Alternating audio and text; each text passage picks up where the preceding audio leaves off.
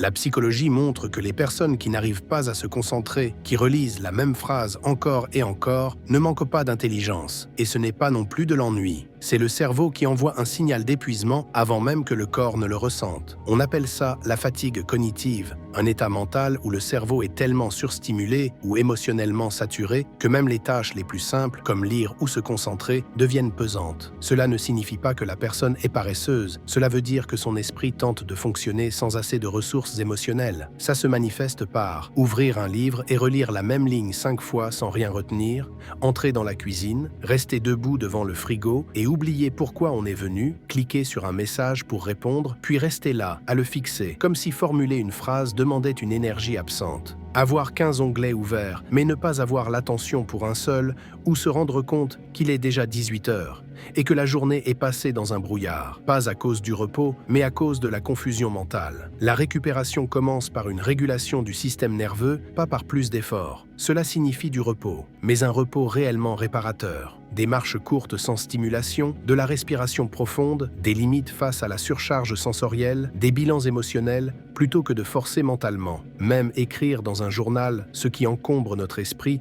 peut aider à se réinitialiser. La clarté mentale revient quand le poids émotionnel est doucement relâché. Commente si tu t'es déjà senti comme ça et partage ce message avec quelqu'un trop épuisé mentalement pour expliquer à quel point il l'est.